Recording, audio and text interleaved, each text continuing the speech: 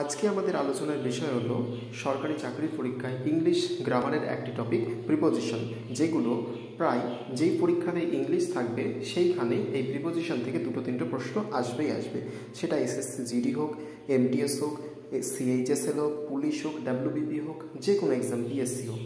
তো দেখো প্রথম প্রিপোজিশনটা কি রয়েছে, স্মাইলের পরে অ্যাট, অর্থাৎ স্মাইলের পরে যখন অ্যাট প্রিপোজিশন বসবে তার অর্থ দাঁড়াবে হাসা। এক্সাম্পলটা দেখো কিভাবে আসতে পারে, brave men smile at death, অর্থাৎ সাহসী মানুষেরা